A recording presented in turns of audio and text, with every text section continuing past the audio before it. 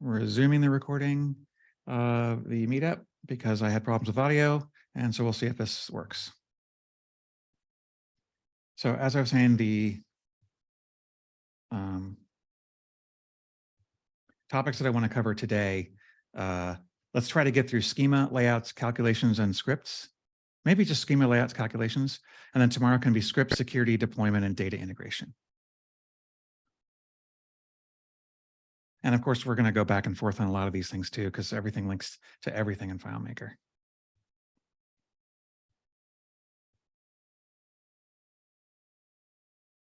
What ESS things are they going to ask on the test?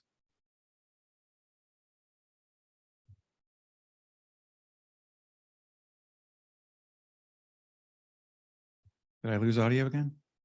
No, you're here. Okay, good. You're not showing your screen, but maybe you meant to turn that off. But I did. Sure. Yeah, I didn't mean to.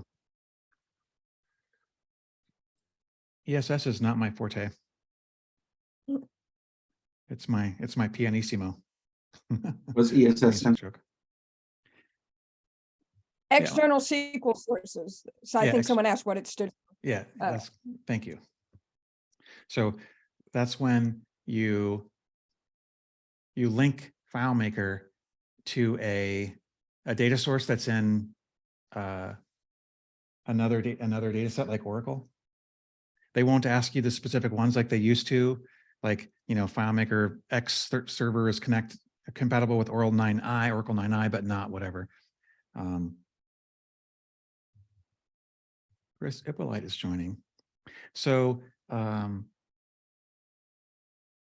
trying to remember some of the details about that. So first of all, when you do an ESS, one thing I do remember is that you can either have a SQL driver on your computer to connect to the SQL data, or you can put the driver on the server itself, which connects to the SQL data, which is much better because then none of the clients have to have or configure SQL drivers.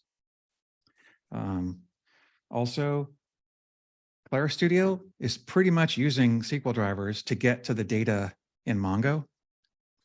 It's so that the way that data appears when you open up Claris Pro and the data is on Claris Studio, it's pretty much exactly the same as ESS right now. So read, write, delete. You can make calculations and summaries. You can't control indexing. I don't know how much Claris Studio stuff will be on the next exam, but it's going to be on there at some point. Welcome, people who are joining. Up to, but not including Chris Ippolite. By the way, I think I'm no longer a co-host. I don't know that if you care, but I'm not seeing people joining. So I'm just trying to help you out. I don't need to be one if it's. Yeah, that probably happened when I left and came back. Probably.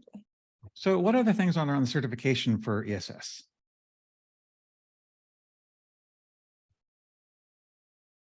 So I don't know. I mean, there is the whole, the basic setup stuff, some of which you just went over. I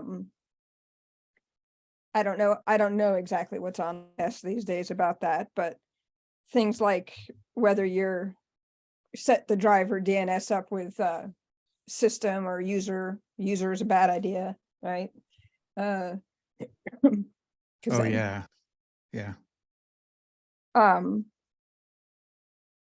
I don't know if they have a question, but really all of the actions you can do are controlled by the security on the other side, the account that's used to set up the data source, right? So if the account on the data source side doesn't allow you to delete records, you're not going to be able to do that in FileMaker.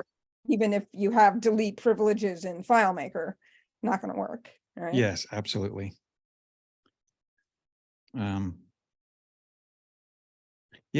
What about indexing?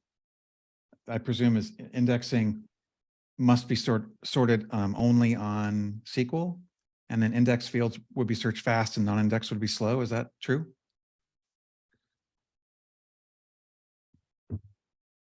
Chris says yes, and the lack of indexing affects performance. So that's good to know that ESS works the same as data in FileMaker tables when it comes to indexing.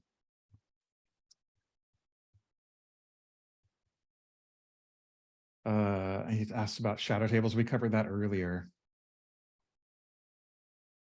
Or did we? Yeah, I'm sorry. I was just piping in on what's on the exam. Yeah, They which is, talked yeah. about. I just joined as well too, No. so my apologies if I missed all the good stuff.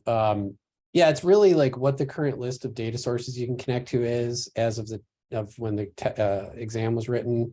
Actually, we And determined that they no longer ask those questions. Yeah, actually, that's right. That might have fallen into they don't ask about browser and operating system stuff anymore. That has Yeah. been completely wiped from the exam. So I think Yeah. those fell to the wayside. Most of the questions around ESS are really just about, it's sort of like seeing if you know that you don't have indexes at your disposal, like, around those types of things, and kind of shadow tables. And then the whole, like, the only type of field you can create is a calculation or summary.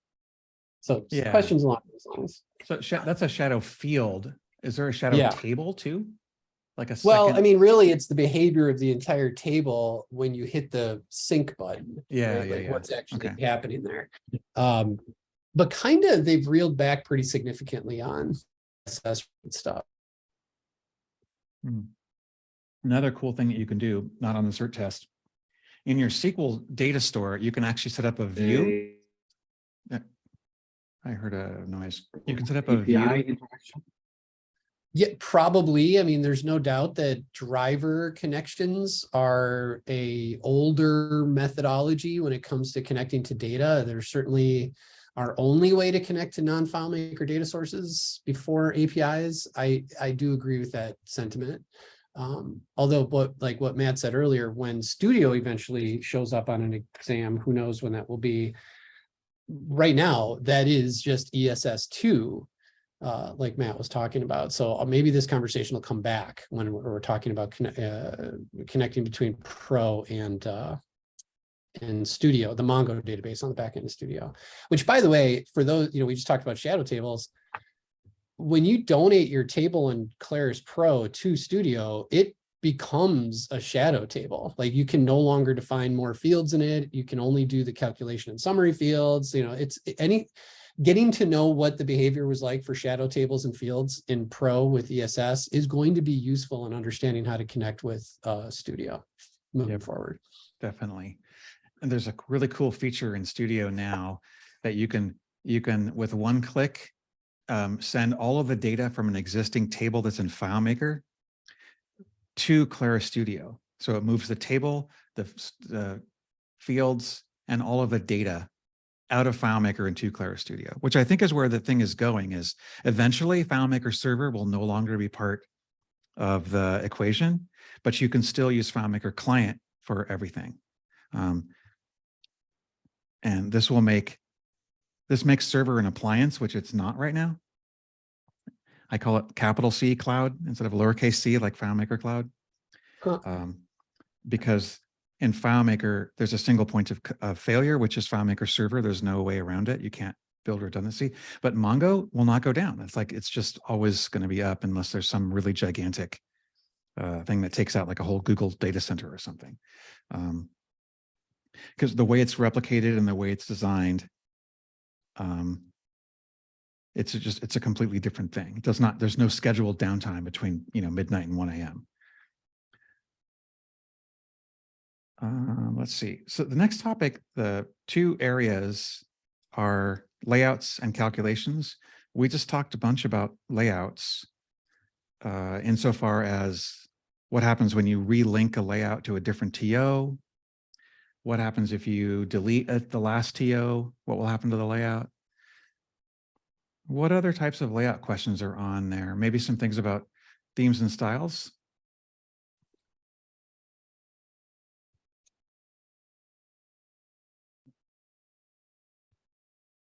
I think script triggers are going to come up here. All right, I'll throw out some questions. Can you create a theme from scratch?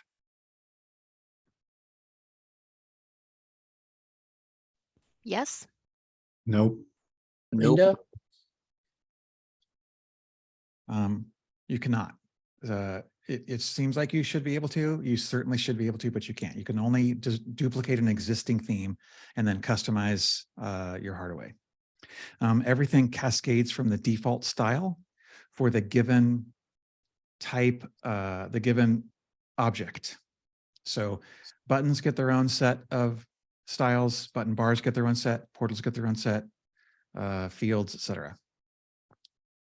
And then if you choose to not use certain objects, like for example, if you only use button bars because the button bar is a complete superset of the button feature, you could make your database a little smaller by deleting all of your styles for buttons because you're never going to have a button on your layout. This is again me editorializing. Yeah, yes, you are, Matt. I just wanted to point that out. But I'm a convert. This is Chris, and I just wanted to say you convinced me of your position on buttons versus button bars earlier this year. So thank you. Cool. There's just a lot of things in FileMaker that are there for compatibility. They will not delete a feature that's going to potentially break some old database. There's so many things in there that just make no sense at all for designing a new database today. And it's good, I think. Certainly if you convert a database from 6 to 7 or 19, it'll break in some ways, but all of the calculations, all of the script sets, all things like that, they're all there like they used to be.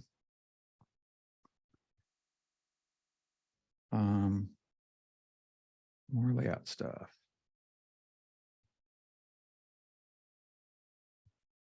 I don't know if they ask it, Are there but questions about things like what happens when you change a theme, across all your existing layouts and stuff like that? People should be aware of.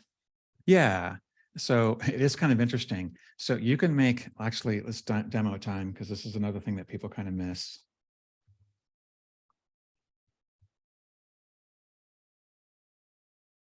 So if you have, oh yeah, this is a testing, I wrote a testing database that I used voiced some of my students, which I'll maybe demo later. So if you have, and now Airplane just rebooted. If you have a theme for this table, for this layout, and I made one called Apex Matte, which just has some slight color changes from Apex Blue. And you start making some changes to styles, like you say, oh, I want to make another one here called 17-point bold, and do some other stuff with it. And then you even rename it 17-point bold, but you don't save your style.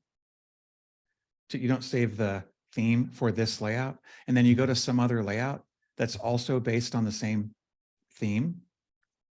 And then you make another change to a style, and you make this one. Well, first of all, you don't see the one that you just made. So the layout contains unsaved theme changes, which is the point I'm trying to make.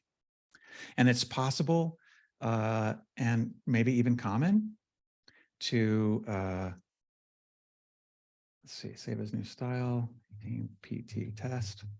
It's possible and maybe common to have a whole bunch of layouts in your solution that have this unsaved feature. And so all of the themes are sort of, and styles are sort of growing in different directions. So from time to time, I would probably recommend going through and saving them from layout to layout. And see, now having done that, I'll see the 18-point one that I just made on the other layout right there, in addition to the 17-point one that I made on this layout. If I go to the other layout, 17-point is still not there because I have not saved it on this layout yet. Do people know that?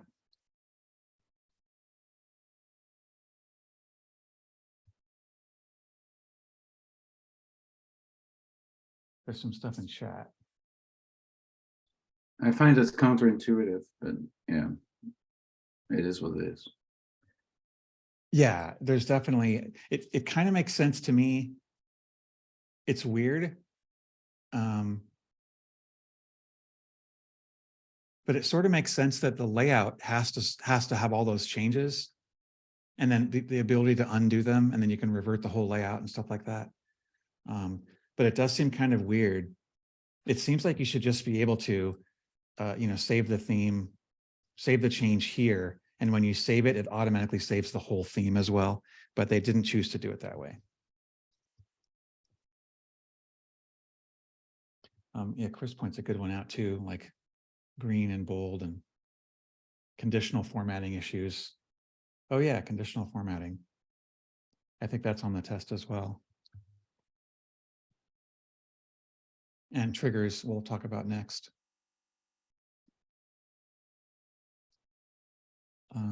Actually, before I do that, let's talk a little bit more about themes and styles. The ideal would be to have every single object on every single layout within a theme. If you do that, then the minimum amount of CSS has to load when the layout loads. Any database converted from classic, every single object on the layout will be custom styled because that's all it had. So anything that's old, you should really go through all the objects on the layout and click on each one of them and see if it's within the theme. So here's one that's not, because it was actually label left, label right. Oh, and I'm getting spinning beach ball of death.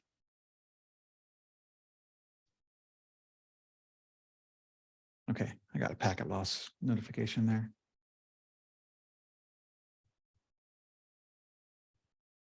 Yeah, so I don't have the right.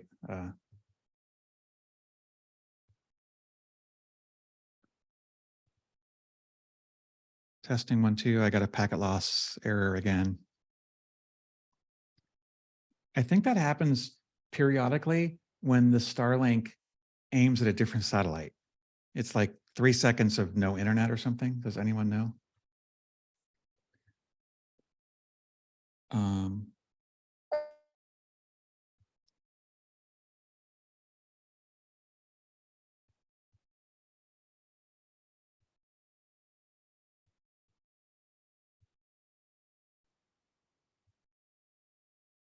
Testing 1, 2, okay. Oh yeah, this is another good one. Copy object styles. So there's 3 things that have no value at all, and that's these 3 things up here. You should especially not use the format painter because it always is going to be custom CSS. Okay, yeah, I'm back to not hearing you guys. Can someone test that?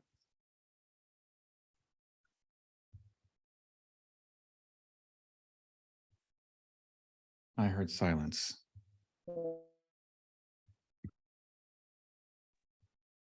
I heard I something. think if we want to tell Matt something, we have to post it in the chat. I hate that.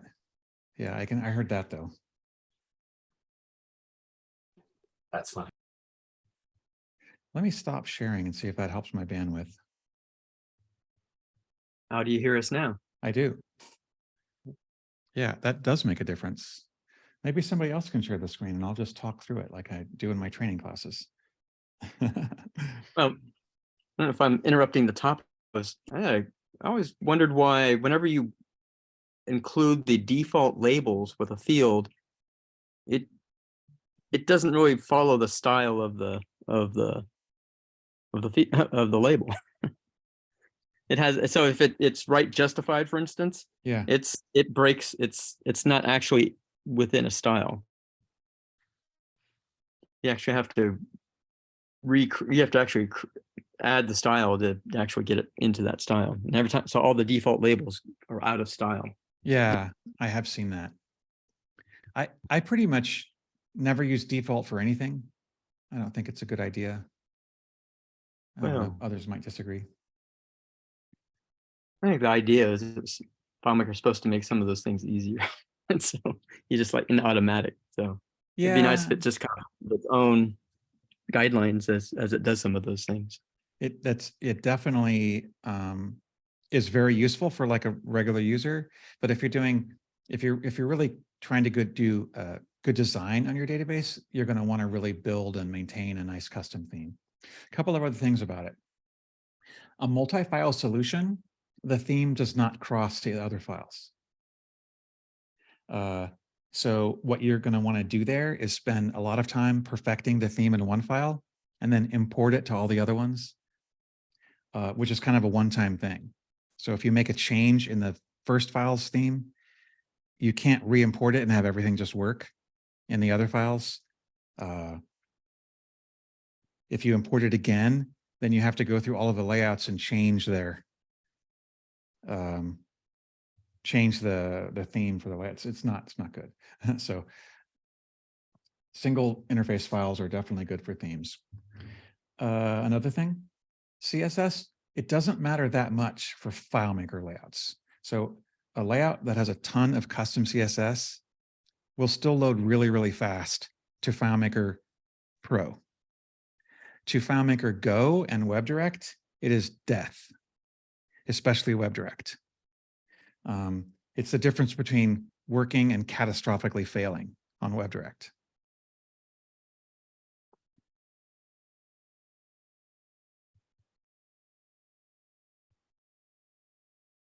Any comments?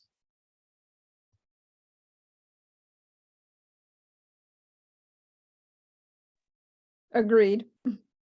Maybe we should talk about conditional formatting and then script triggers, kind of the next things, and conditional visibility.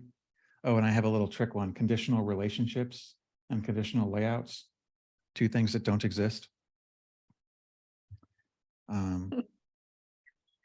Matt, do you have a strategy is when you design a database and you working on the layout, then to make themes of it, or do you start with the themes first and then build a layout from whatever you selected in the themes? I always start with the theme. And I always start with Apex Blue. It's just much better than any of the other themes.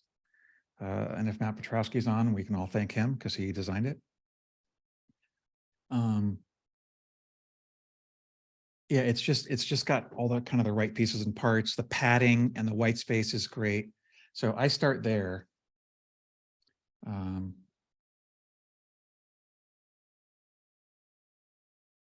Yeah, I don't know. I think I'm an okay designer. That's not my main thing.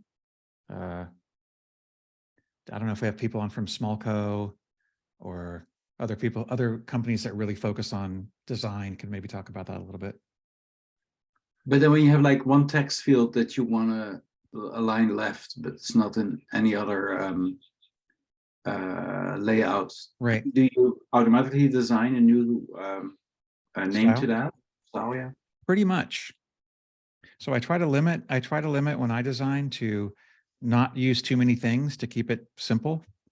And so that means I'll have a, let's say 14 point or so text field designed for displaying data, which means it's got clear background and there's no queue that you can click into it and edit the data.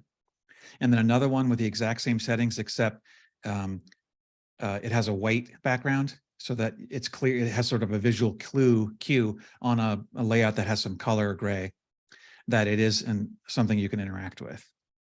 And I'll have those for a given point size and left and right align.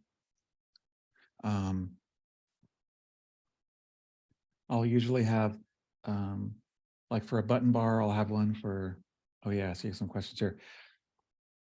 I'll have like an invisible button bar when I want to use a button bar just purely for data. I use them as data, as a calculation widgets. So you can put a calculation in a button bar and show data rather than making a calculated field for that same thing. Michael is asking, what do I set my major grid spacing and minor grid spacing to? Matt Petrowski is the master of this. You really should do it because it gives you great control over columns and gutters. And if you like if you figure out what your layout width is going to be, you can set your grid spacing to be an even division of that. And then put guides on the layout and then get extremely pleasing design, following all the rules laid down in print design and other styles. But I'm not quite that good. I'm not close to that good. Is there a list of CSS types supported in themes? FileMaker uses much less than you can actually do in CSS. It's a subset for sure. There's not a list as far as I know. The themes are actually XML files that you can edit. So if you want to go into the core, you can actually change things that are not editable within FileMaker. You can do that. And Conditional. Yeah, do you go use ahead. fields over merge fields? Because you And- described that the background was see-through. Merge fields? Yes. I think by default they're clear, aren't they? Yeah, but you said you made two styles, one with a white background and one see-through. So that's basically a merge field, right? Is there a preference over a field over a merge field? Or is that Well, the same? if you use a merge field and you go into find mode, then you can't click into it and do a find. So I frequently will use a field instead of a merge field so that it's compatible with find. Thanks. But and I don't know if there's any difference in the rendering speed or anything like that. But that's what I do. Let's see, conditional formatting. I'm trying to think of some of the stuff that they ask. I think there's questions like if you apply multiple things that, like let's say you apply a condition that says, if the customer is on credit hold, then make this field red. And if the customer is has overdue invoices, then make the field underlined. What will happen if they're on credit hold and invoices overdue? They'll both apply. So it'll be red and underlined or bold or whatever. If two things disagree, like in other words, you have two things that are true on a condition and one is the opposite of the other one, I can't remember if it's the first one or the last one that wins. And there's going to be questions like that in other areas too, like security authentication order. And I wish I knew the answer, but I don't. So that's one. Someone else might know the answer to that. In conditional formatting.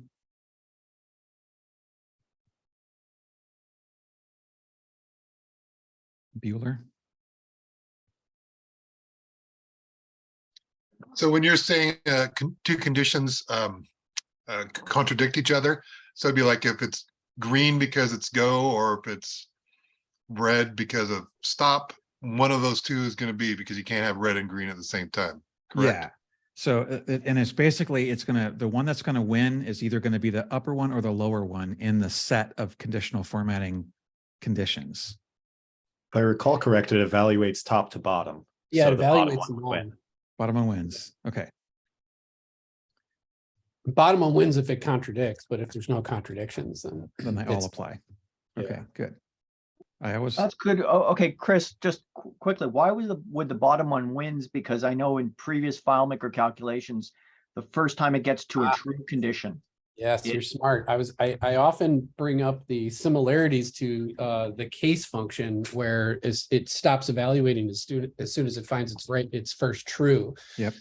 This is in stark contrast to that. It actually evaluates all of them. So you have to use a different mindset. When you approach the custom. Actually, sometimes you can make it work for you, similarly to how you make sure you order your tests in a case function. Very good observation, Stuart. Gold star on that one. That is the other part of the platform that is in contradiction to this particular one.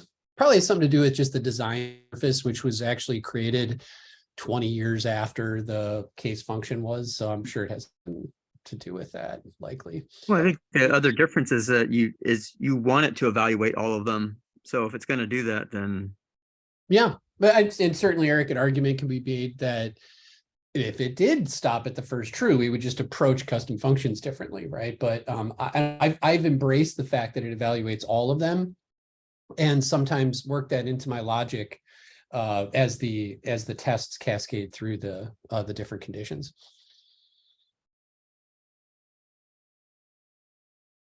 But last point is there are definitely questions on the certification exam about this topic, definitely. Good to know. I was also thinking about that order But of it still operations evaluates thing. top to bottom, right? So if Yeah, it's top to bottom. That's correct. right. Yeah. So if A is true, you set it to red. If B is true, you set it to green. And then below that, if A and B are true, you set it to yellow. Then it'll be yellow, right? Yeah, there's Yes. actually, I put in the chat, I'm trying to see if maybe this is an example of what you just said. Yeah, actually, I put earlier in the chat at 9:37 a.m. Pacific, there's a little paragraph or two in there about field B and field A that kind of illustrates what you just suggested there, Dean. Oh yeah, I see that. And that's Yeah, a thank- true, that's a yes. That's actually, you would answer that as a true on the exam. Yeah, because one of the other questions was, I think all the questions on the exam are either multiple choice or true, false.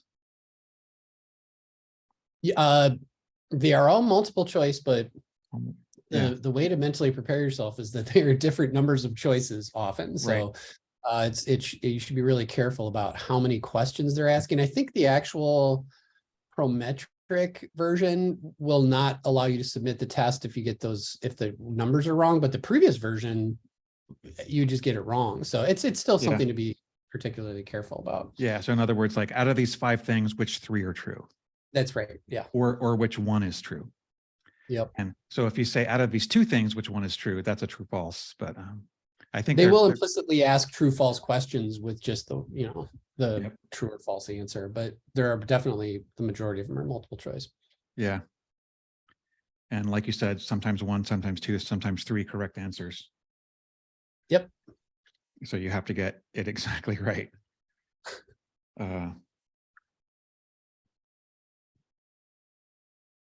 I'm not sure how much conditional visibility will be on there, the hide object when feature. But I guess one good point to know about that is if something is invisible, then I think it doesn't slow down the layout. Like in other words, if you have a really complex button bar that does a big execute SQL function or something like that, and it's only visible to full access users, when a regular user uses the layout, that calculation will not calculate. Even though it is invisible, of course, the user won't see it, but it also won't cost anything to be in the layout. I think that's true, but I'd like to be corrected if it's not true.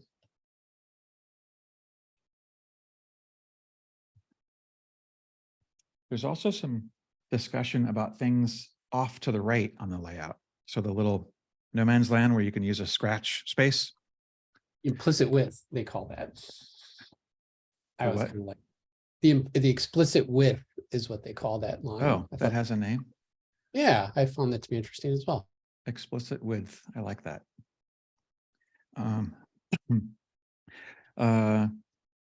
Things off to the right don't calculate.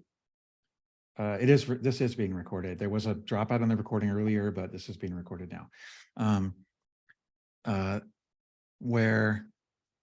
What was I just saying? I shouldn't be looking at chat. You said that things off to the right are not Oh, calculated? Thank you. Yeah, so those also don't have any weight. So if you move that aforementioned super complex SQL button over to the right of the explicit width line, then they won't be calculated. But I think someone said that if you have a script that like sets a global variable and the old global variable is over there, that the contents of that or whatever will be still visible on the layout. So it's not entirely invisible, it's just mostly invisible.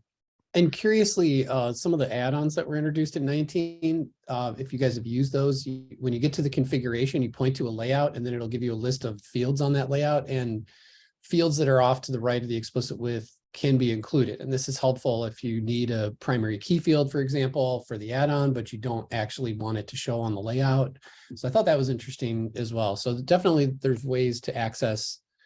I think there's probably some XML call internally that can find everything, including the stuff off to the right. And Yeah. can it be used in a quick find as well? I feel like it can. I think my guess is that it's not included in quick find, but that would be an interesting way to No, figure that out. if it's off screen, it is included in quick find. If the It checkbox is is in checked, fact included. Thanks, Beth. Yes, yes. that's one I've never thought of before. That's what course, I've you can used. toggle it off. If you need to, you can just toggle it off, but in the inspector once you move. Sorry, your voice cut out there. I didn't get that. Could you repeat that, please, Beth? Sorry, I was saying that's one I've actually used. So I one of the few things no, we've you were discussed talking today about that the- I'm certain of. You were talking about the quick find. Sorry, that Oh. about the field is Yes, in. if the field is off the layout, off to the side in that gray area over there, you can use it in quick find. Right, so I just tested it and as Okay, in but all then the things, user still might not, I guess if the user was doing it, the user might not know. Like they might be searching for Jones, but then not see Jones show up on the layout. So I guess you have to be careful about using it. yes. For Depends example, how you're using it. For the use case that I have, we have it's a global quick search field that's on the layout that the user can see, and it searches multiple fields for them. So it could be searching first name, last name, company name, and their street address. So some of those fields aren't visible to them, but it will pull up if they're off screen. Right, but the point applies that the user can get confused because they can't see They visually can't see why what, the right, record matches that find. right. You just have to be careful. I agree. I was going to do to demonstrate that, because I always love doing that. So here, if you use quick find for something like EL for Elm, let's try to find one with more D, maybe just D for all the ones that have a D in it. If you move the field off and you do another search for like letters, it actually does the find intelligently. I didn't actually have any field on here to show. Even though the field is to the right of the line, it actually does get used in quick find, which is very good to know. Okay, and demo.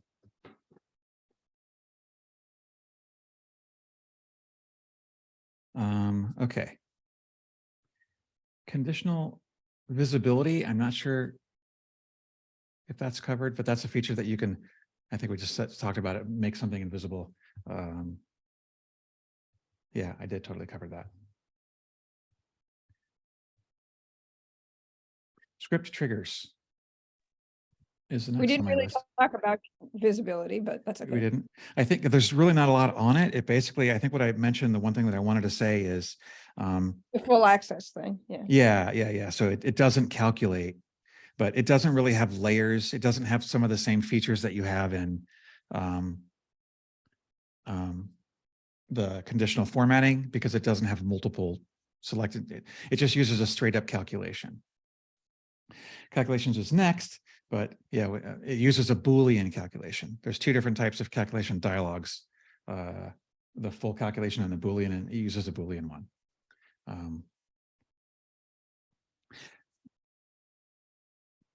I'm trying to think if there's anything else to cover. It's just, that's one of the things that's a simple test for that, to show or not show.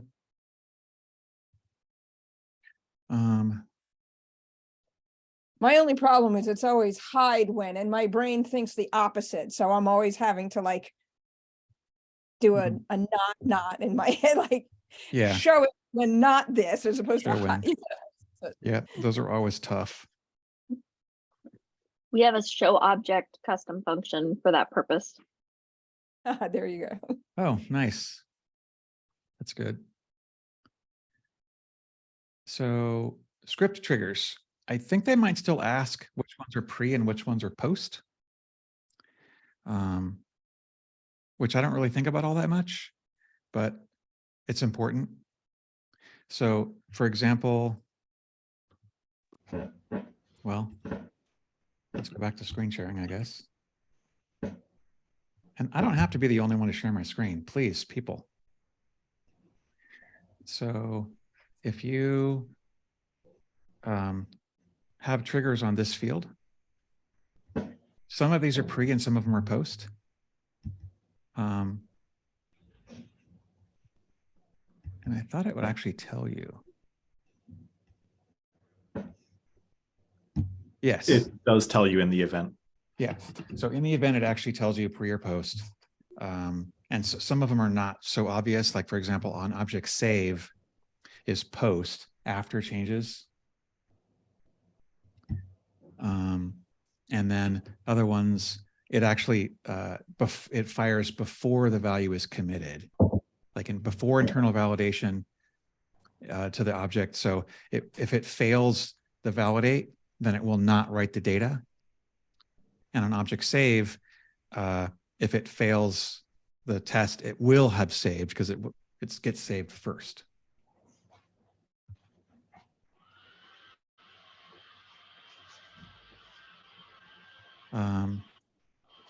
They might actually also give you some a type of on object, a trigger that doesn't exist. There's some things like that that are sort of gotcha questions. Like for example, if you have a script in a menu, can you hold the option key down and run it and then have it run with a parameter? Which every time I see that question, I'm like, oh God, that'd be such a sweet feature. I hope it's true. It's not true. So some of them are like that, are hard. Hey, what situation would you have not exit the field? I missed a little bit of that. What situation would you have? So there's an on object save, but how can you save an object without exiting the object? Here's the difference between those two. On object save, what am I gonna do? You can't save without exiting. You can exit without saving. Oh, that's true. Yeah, that's the setting, right? Yeah, but here's kind of a difference. So if you Even click if you into don't make any change, you still exit, but there's nothing to save because you didn't make any change. yeah, but also if you make, so this has an object save trigger on it. If you click in here and you delete something and then add it back, you have changed it. So it doesn't track that it's the way that it was when you click out, hey, don't make a liar out of me. It totally just made a liar out of me. Did that behavior change? No, it recognizes that it didn't actually change. That's the behavior I was expecting. That's definitely not the behavior that it used to have. Oh, it's not firing at all. And I know why. I'm firing, I didn't really have a handy script on hand. So it's firing a script called fmlog, which is a blank script. So I need a script that does something to test this.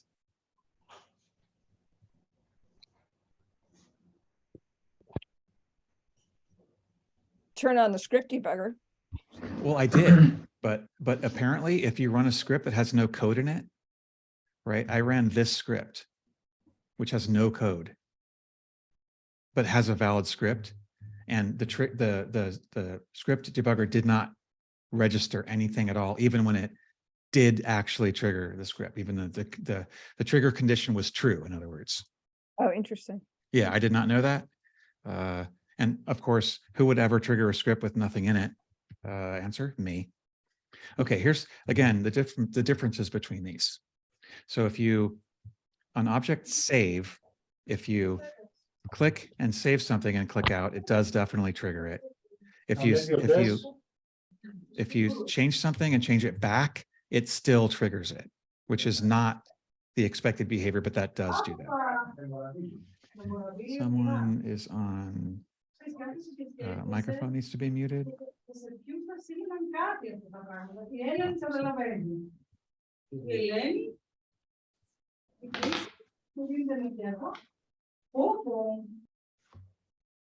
And actually, I'm speaking Greek too, so. Okay. So on object. Oh, I'm not sharing my screen anymore. I stopped sharing for a second so I could mute someone.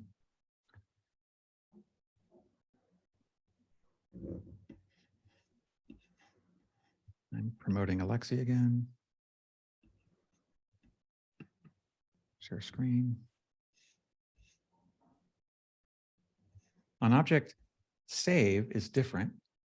Or sorry, on object exit.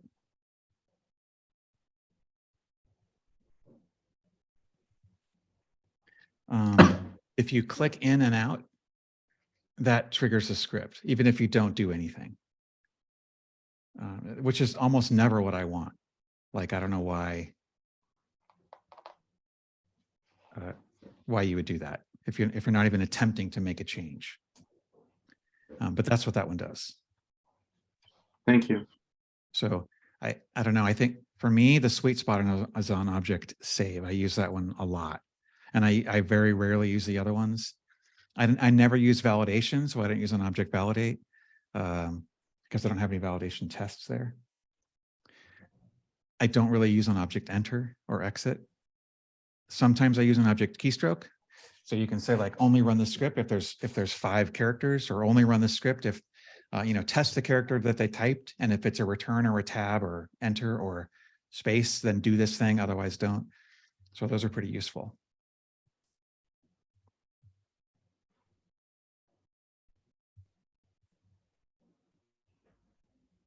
Next on my list, there's probably a ton more on triggers,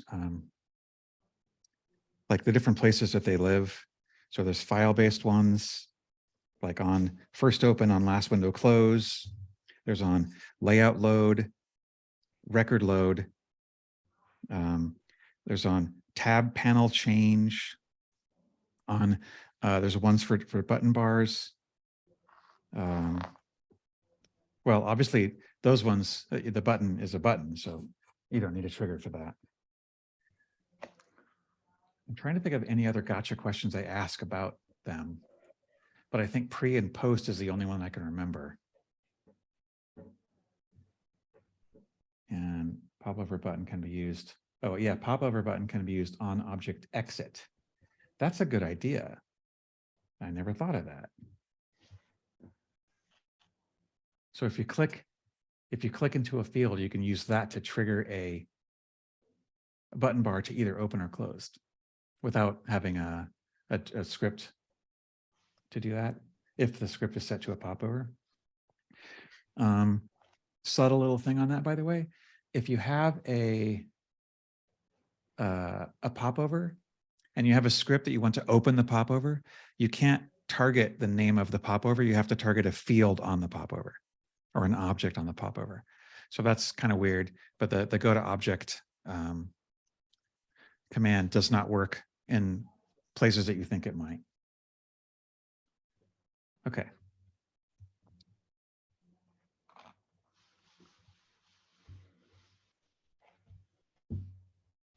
Close the interfield save. Properties, theme styles, object, we already covered that. Layout parts. Okay, the top and bottom navigation layout parts do not zoom. So any objects on them don't zoom up or down when you zoom the rest of the layout, including on iOS where you can pinch zoom. They also don't print under any, they never can print. So if you preview or print, they're automatically invisible. And those are the 2 newest added ones. All the other layout part types have existed since I was in high school. So at least 3 years. Yeah, some of those go back to like the very, very first versions. The sub summary part is the only part of all the different layout parts that you can have more than one of on a layout. So you can have multiple sub summaries, which is super useful for like a report that has primary, secondary, tertiary summary. Like sort these by state, then by city, then by sales rep or something like that?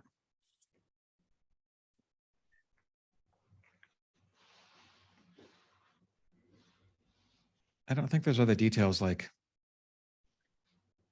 things that used to be important are what type of parts, like if you were doing something that would print and you had an object that was going to be at the bottom of a page and you didn't want it to get cut in half, what would you do? And the answer is use a merge field, not a real field, because for some reason it works.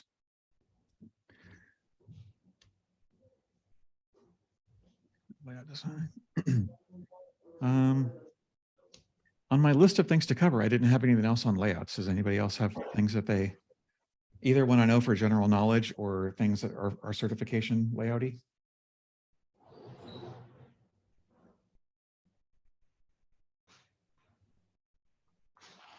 Is there a question about saving automatically? I mean, it's kind of dumb, but it might be on there.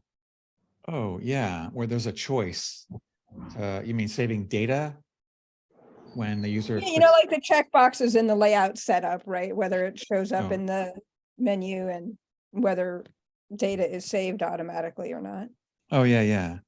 So there's kind of two things, right? So if you're making layout changes, there's a checkbox to automatically save it without the verification. And then there's a feature like that for record data as well. By Exactly. default, yeah. And those are opposite of each other. By default, in FileMaker, when you save a layout, you have to verify, and there's a checkbox right there to not ask you.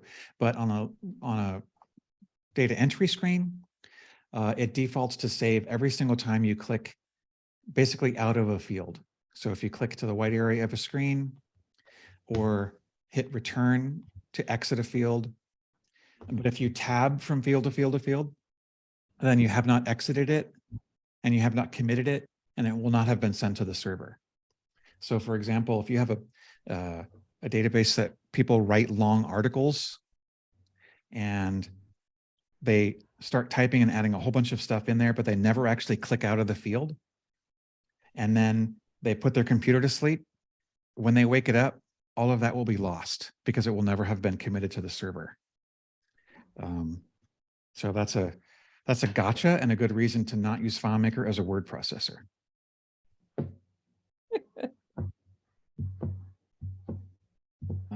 And there's a couple of other, probably 100 other reasons why not to, like the whole tab thing and tab stops and the lack of any kind of formatting like indenting and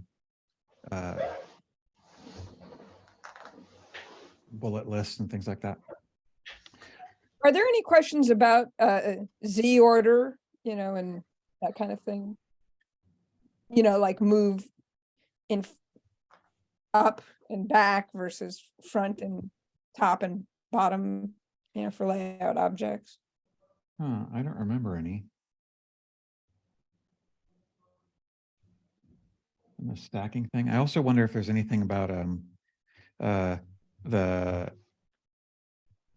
the objects tab and the features that you have there, like to be able to hide things, clicking the little eyeball, which is pretty cool.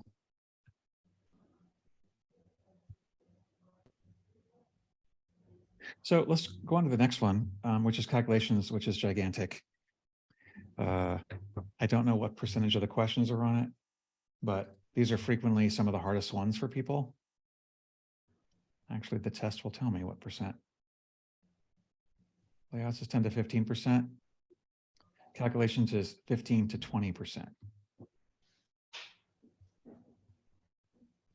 Questions on layout sizing? I don't think so. There is actually a maximum number of pages that a FileMaker layout can be, like 16 or 20 or something like that. It's not terribly long. However, if you have a list, it's infinite. So if you can have 1 million records or whatever and print gigantic number of pages, if there's multiple records. And then this layout width is extremely large also. But I can't remember what the specs are. So calculations. there will be some things like, well, we can take a look at, for this one, we can actually kind of look at the guide document.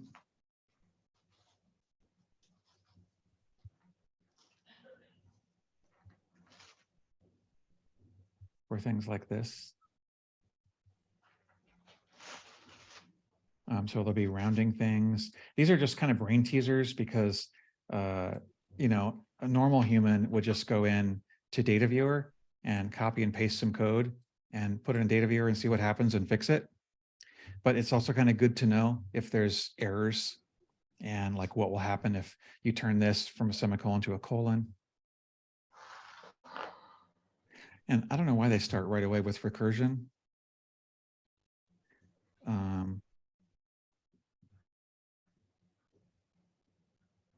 I will confess, I don't even want to think about those. So I just take a wild guess and move on, which is why I'll never get 100% on the test. Can someone else cover recursion and like how these things work?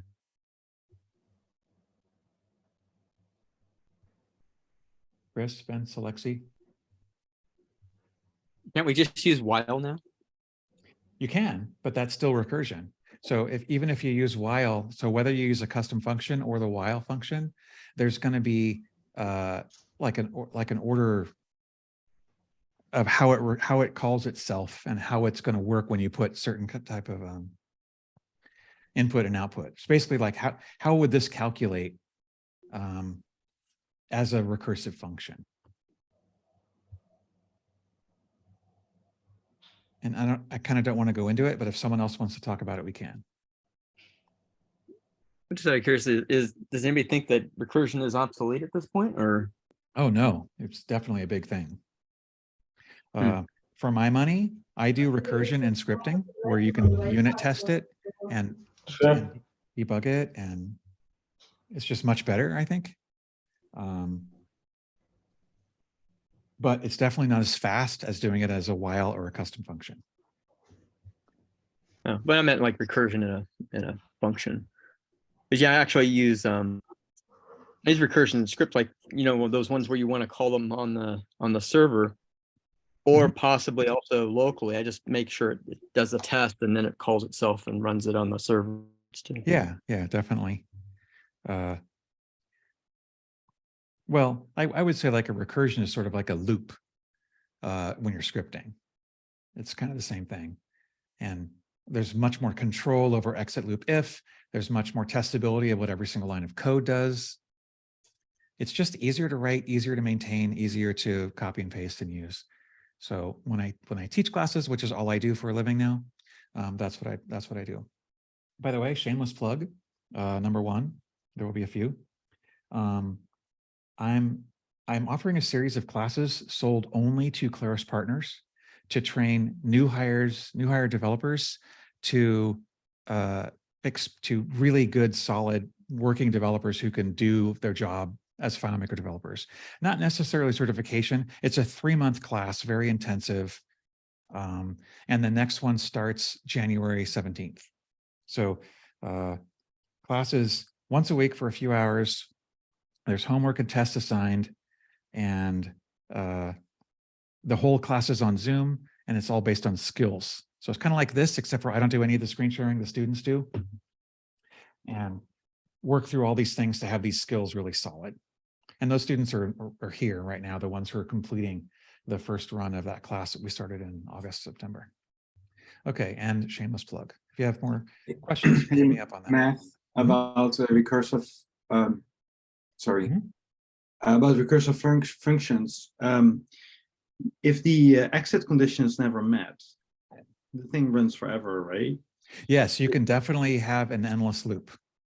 So if you're testing it, what is the way to get out of it when you messed up? There's a feature built into the custom function and the while loop that it'll only calculate for, I think, 30,000 or so recursions. So it can't go forever. It will fail fairly quickly and stop with an error, so that it cannot get into an endless loop. And you think it's around 30,000 or so? So that... Yeah, there's like if you really want to nerd out, there's two types of recursion. Tail recursion doubles the amount of iterations.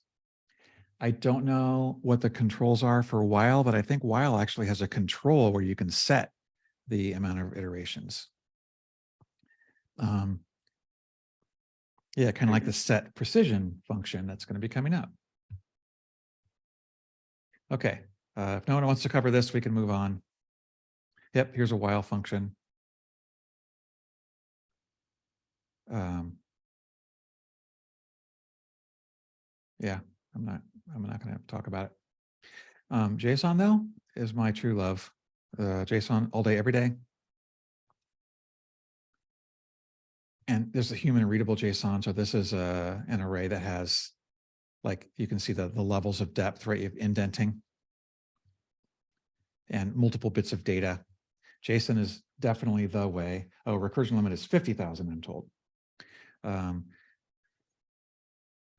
It's the way to pass data from anything to anything, from a field that has a script trigger to a script, from a script to another script, from FileMaker to any API, from any API back to FileMaker. It really will make your life a lot easier. And there's a couple cool things about it, for sure, many cool things. So one of the things it will kind of ask you for is, if you have JSON like this, what will you get if you have, does it actually give you the specific line of code? It doesn't.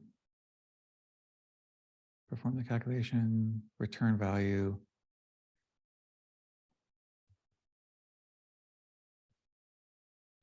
Matt, is that partially number 7? Is that a partially trick question? I know JSON ultimately is humanly readable, but it can also be compressed with no spaces and returns. Is It's that a trick question? it's compressed by default. Okay. So I'm not really sure kind of what they're going after there. Let's see if I've got any we can look at.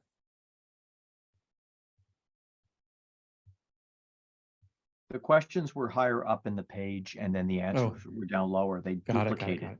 So you just have to scroll up. I thought the previous stuff was all for the while. Thanks for that. Let's see, there's some LUT stuff. By the way, did you guys know that FileMaker fully supports emoji everywhere? You can have emoji in calculations, layouts, script names, database names, field names, everywhere. It's like they're just characters. I'm still looking for a practical use case for that. Me too. I really want to find one. One thing that you can do is, rather than using the limited set on a button bar, so if you have a button bar that's an icon and you don't want to use one of these, and you don't want to import custom ones, you can instead make it a text button bar and then use emoji from your keyboard picker thing. So Yeah, if you're cross-platform, though, you gotta check those out, because Yep. those ones look way different. way different, and they also don't scale the same. Okay. I think most of the stuff they really ask about JSON is, yeah, I have a bunch of them here. I'm rewriting FM search results right now to be fully JSON from every layer to every layer. It's going to make configuration vastly easier than it used to be, and like extend the power a lot. So anyway, be looking for that coming out in a month or two. None of this is actually JSON. I think I just took it all out. So I think one of the things they ask is, what will the spot the error kind of a thing. So they'll have code like this, and they'll have like a missing semicolon, or at the very last line they'll have a semicolon, which you cannot have in JSON, but you can have in a let function, or a case function. So there'll be some things like that for sure on JSON. I think probably a lot of the other stuff you get is just how things evaluate, which is definitely better with the data viewer. For example, here's a famous one.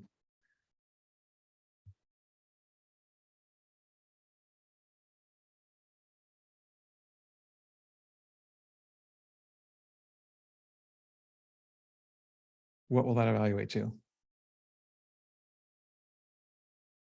1 + 1 ampersand 1 and 1. So this is a total order of operations question. Anyone have a guess?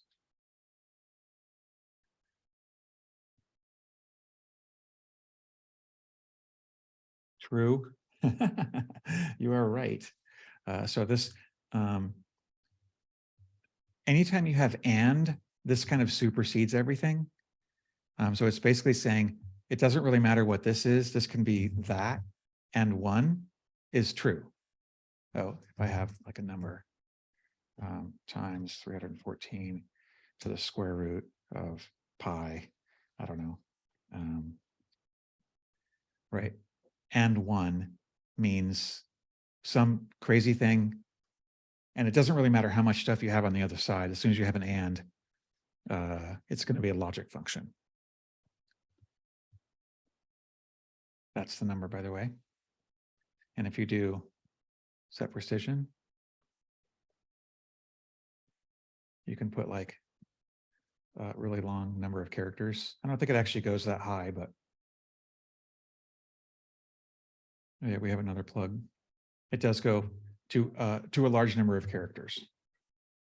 So even just something really simple, like if you need to do really, really precise things, you can get pi to more than the normal 64 characters that they give you. Actually, they only give you this.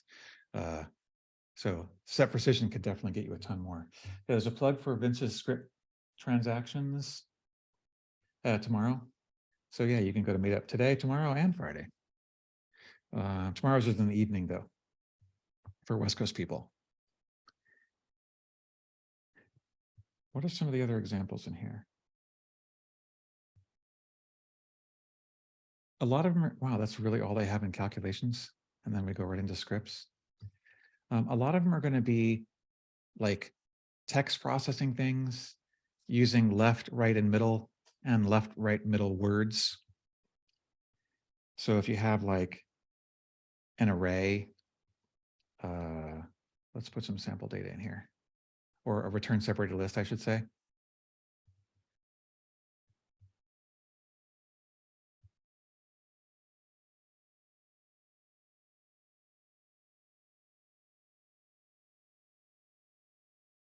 I'm not doing this very well, am I?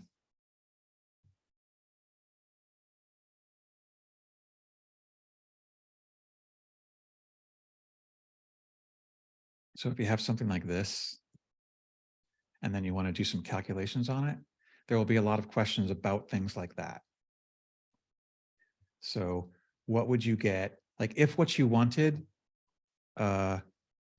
was Mary, what functions would do it? And it would say one would be like middle words, or like middle words, sorry,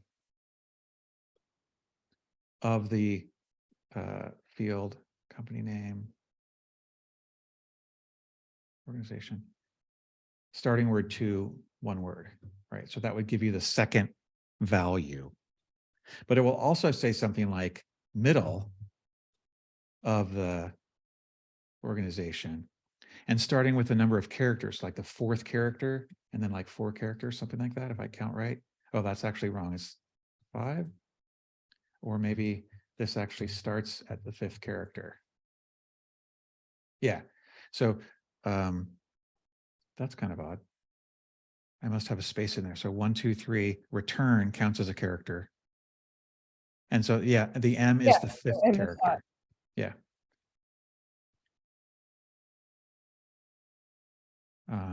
So there'll be some questions like that, and they'll have multiple different ways that you can validly get it, but then they'll have an error in one of them like this. And so it's pretty subtle. What else could you do on this one? Yeah, you can also do middle words on this one, right? So did I do middle values? No, you did middle words. You haven't done middle values. Yeah, middle values is much easier, right? Because that just grabs the whole thing.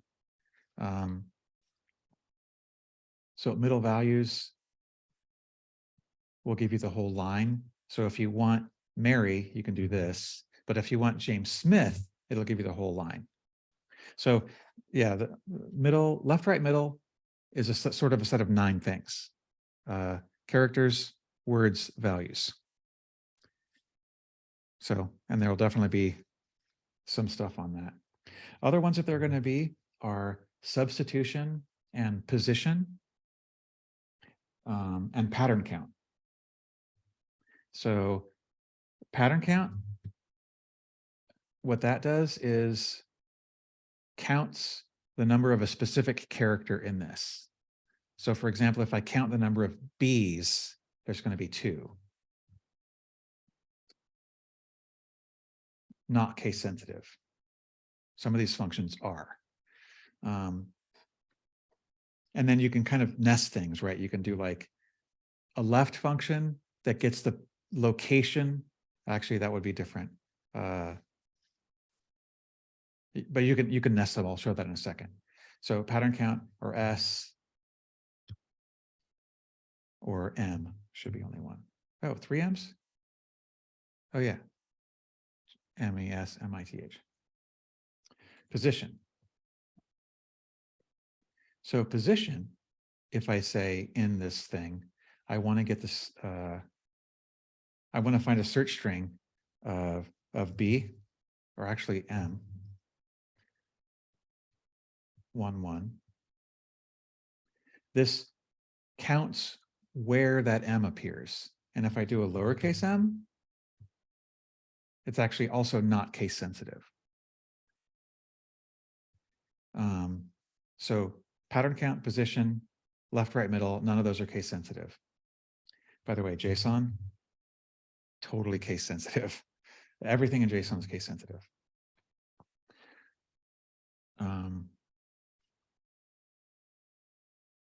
So let's see, position.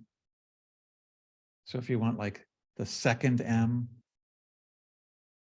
oh, I think it's here. Yeah, so this is basically which one you want to get. And you can also grab multiple characters here. Like if you're looking for the MA and you want the second one, there aren't any. But if you want the ME, oh, well, there's not going to be a second one of those either. So it just, this tells you the character spot that that thing appears. Okay, substitute. This one will replace like an A, all these have to be in quotes, with uppercase G. So this then replaces it. But if I make this uppercase A, this one is case sensitive. Substitution, you're commonly going to see more like this, where you have a set of them. I think the correct way to do it is like this.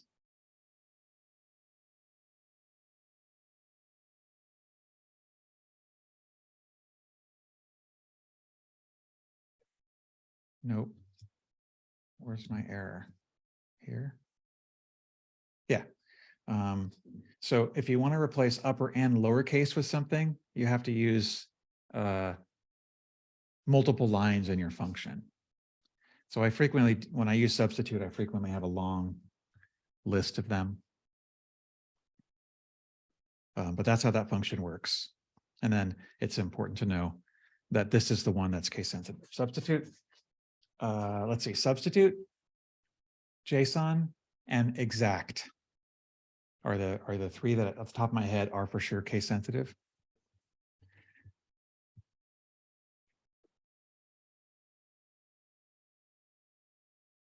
This is, so like if this isn't really good data to sort of test this one. So if these 2 are exactly the same, then this would show. Let's go to a different record.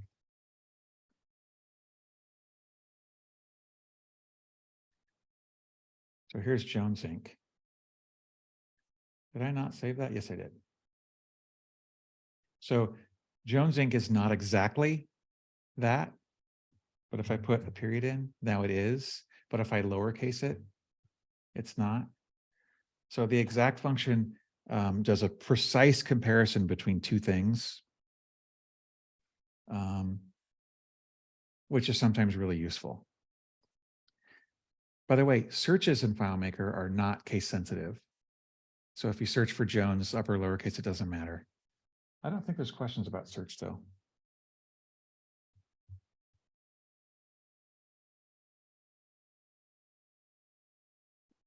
What other functions should we look at? Matt, is that 100% true Is what 100% true? about searches? I don't think it is.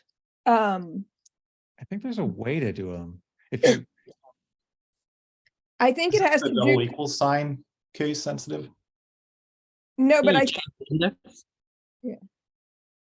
and also the language preference for the storage, fields. because Definitely. Unicode is case sensitive, for example. yeah.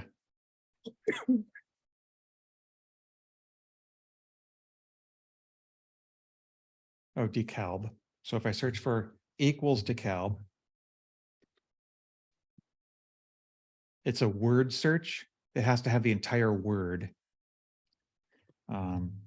If decalb is like the last word in something, and that gets cut off because of space.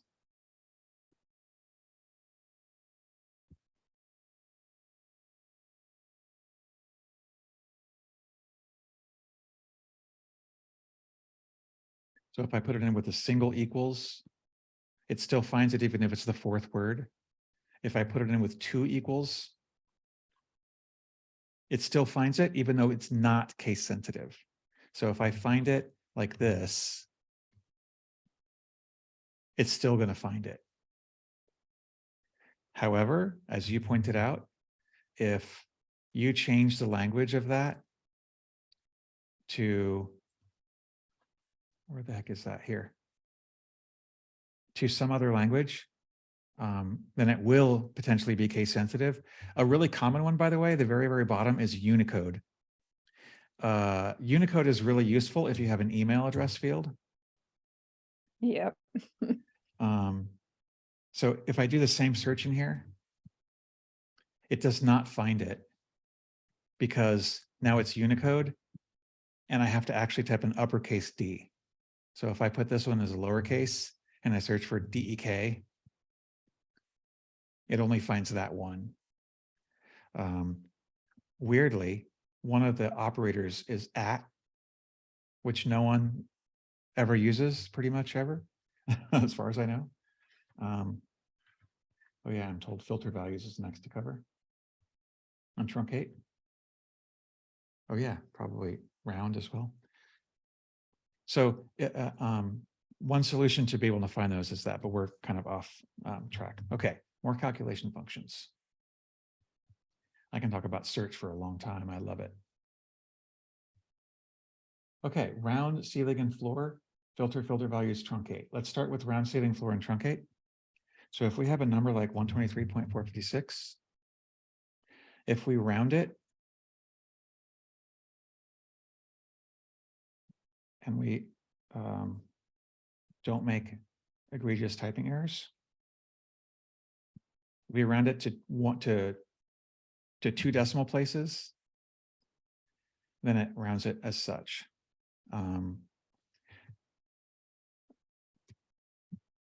If you round it to 0, but here's the thing that you might not know, you can round it to negative numbers.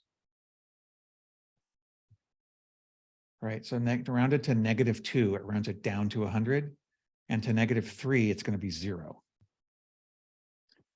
But if I change it to 523, round it to -3, it's now going to be 1,000. So that's round. Okay, ceiling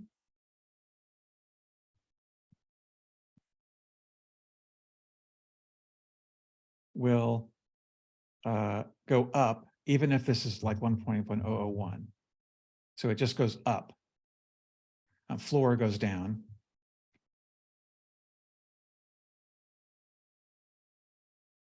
So they just kind of, they don't round, they just ignore the decimal place. And there's no place setting for that one. Truncate.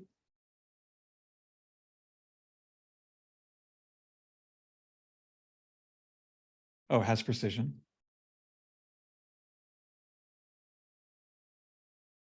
So truncate also does not round, it just cuts the decimals off. Right, so round this to 2 would be 123.46, right? Because this is would round like so. Okay, the next one I think is interesting is if you have a negative number. Ceiling and floor. What's the other one that doesn't work differently? So let's take a look at ceiling and floor.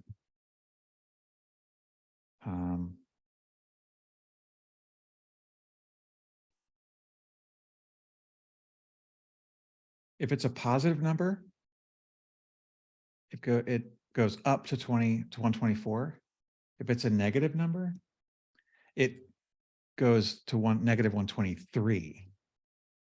So they're not, they basically kind of go down. What am I trying to say? These two don't move towards 0. One moves away from 0 and one moves towards 0. But there's another function that actually does move them towards 0. And I'm trying to remember what that one is. Is that one around?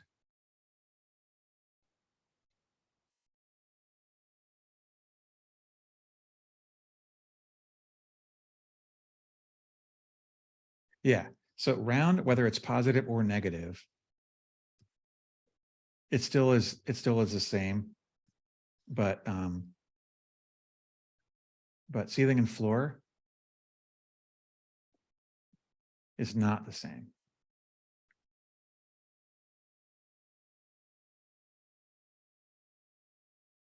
So nerdy, but it's actually on the test, I think. We have 15 minutes left. Filter values, we covered truncate. So am I boring you guys? Anybody else want to be contributing to this? I'm sort of in teaching mode now.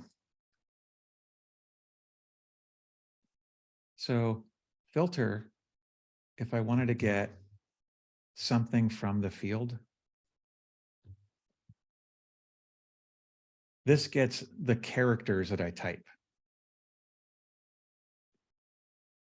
And it's case sensitive. So if I look for G, it's not there. But if I look for uppercase G, it is. So add this one to the list of the handful of case sensitive functions. And then if you've got something that have multiple letters in it, like A for, there's two E's and two A's.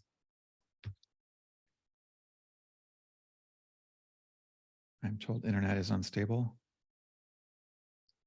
So this doesn't do a count. It just kind of grabs out whatever you have.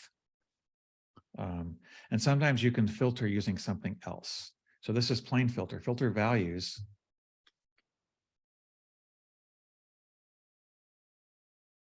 That one's going to make more sense on a different field, a different sample data.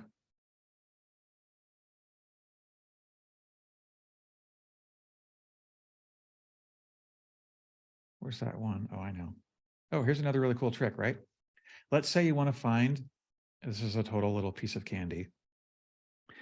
You want to find all the records that have a hard return in them. Let's storage back to English.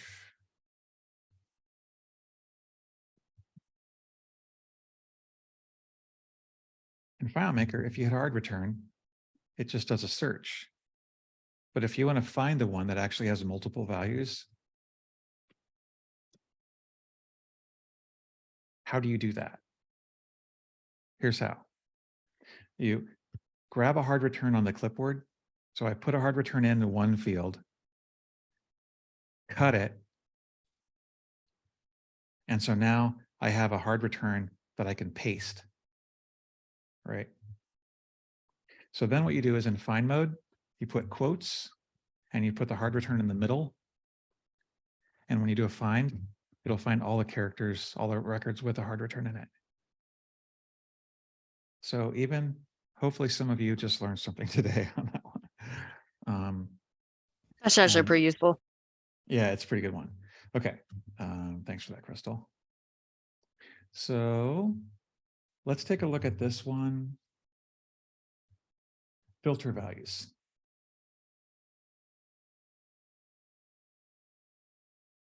I think what this will do is it will only look for a whole thing. And weirdly, this is not case sensitive. Is it doing it differently? Yeah, so it only works if you have the whole word, but it doesn't care if it's uppercase M or not.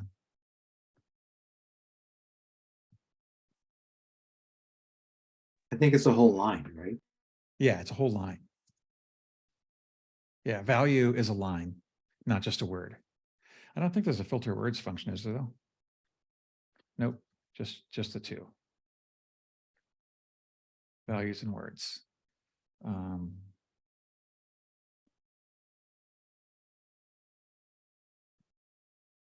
What of the other 1900 functions in FileMaker are important to know?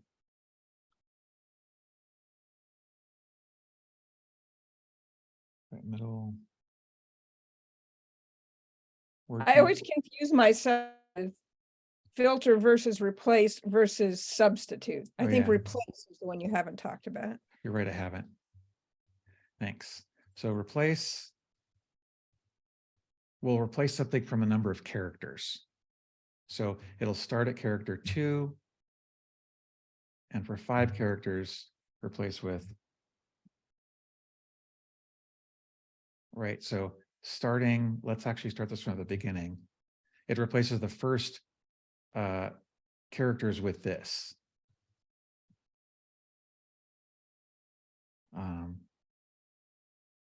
So that's what replace does. I'm trying to find a time I've ever used that one recently. I certainly have, but I use a whole set of these when I'm cleaning addresses. Like if I get dirty address data and it'll have like trailing spaces. Oh yeah, trailing spaces is the trim function. So if you've got spaces, it'll cut them off at the beginning and the end of the thing. There's also trim all, which can trim different types of things. Oh, if you don't know what a function does and you don't want to go bother looking it up, or the slow way, here's a cool trick. If you click on a function when it's in this pane and click on help, it goes straight to that particular function in the FileMaker help page without you having to do a search. It goes straight to that function there it is, right? Big time saver. I only learned that one recently and I really like it because I definitely still look at documentation on things.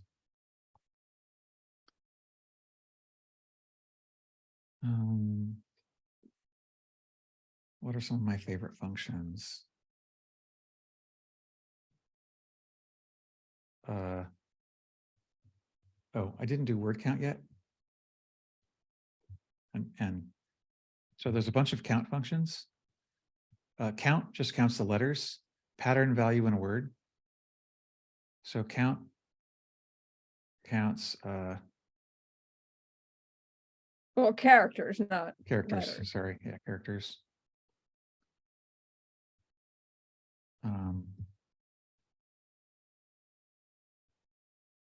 No, length counts the number of characters. Duh. Yes. Yeah. So then value count would count the number of lines of hard returns, basically. If I have more records. So as I flip through my records, I can see the value count changes.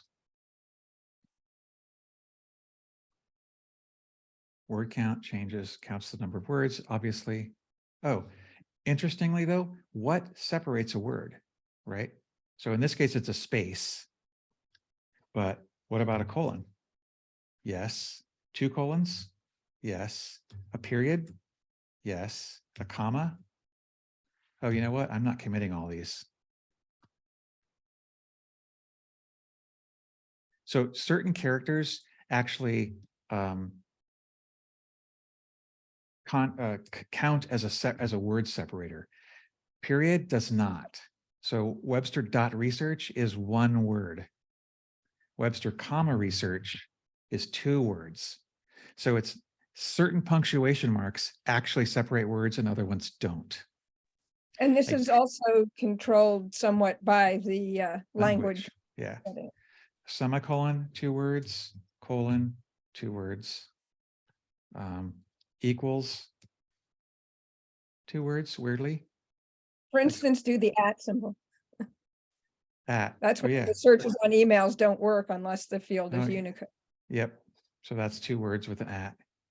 So far the only Underscore. one. Go ahead. Underscore. Underscore. Yep.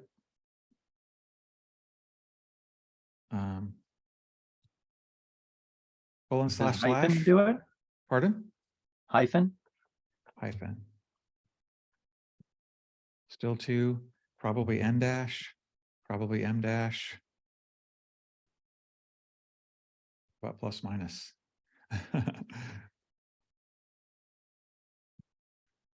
Yeah. So far, I think the only one that didn't do it as a single character was period.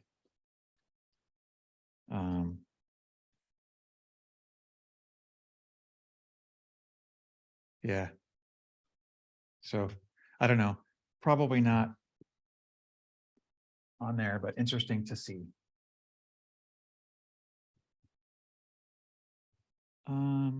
I'll show you one other one that I think is fun.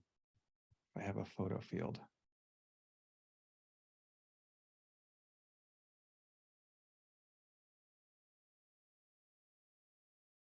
I think I have. Not very exciting, but who cares? Okay. There's a way to get the metadata out of a photo, which is kind of cool. All right, here's another little layout trick for you.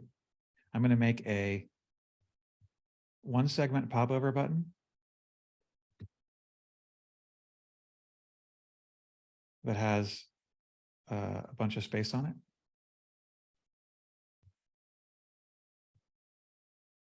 And then I'm going to make another popover button inside of it, which has a calculation, which is the function I want to use, which is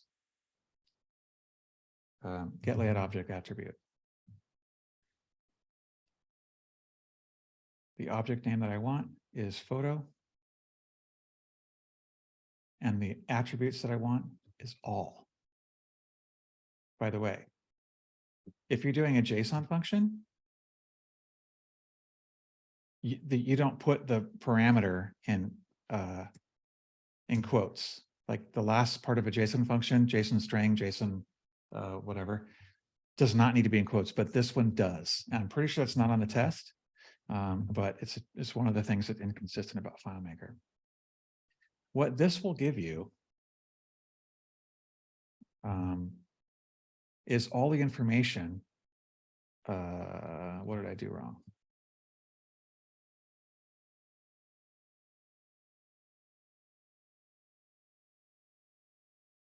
Oh. I think you have to actually name the object on the layout and not use the field name. Let's just skip this thing here and make a regular old field. Oh, which I already have because I did this in class. Pat, can earlier. you hear me? Hello? Yeah, yes, I can. Okay. I'm But you just can gonna, try more. I'm just gonna go back to the field that does it. Oh, you know what? I used the wrong function. It's get container attribute. Container attribute is what I was trying to do. So, and I really appreciate that you guys didn't correct my egregious error. Thank you.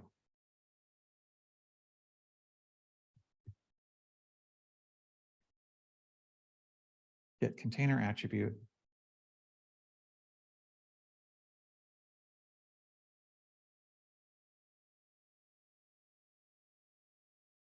Let's see if that works.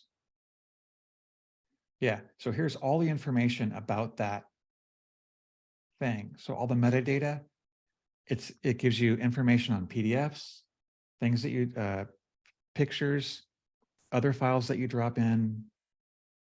It's kind of cool. And I wanted to leave you on something fun. Yeah, sometimes it'll have latitude and longitude. I can't believe we made it to the end of 3 hours.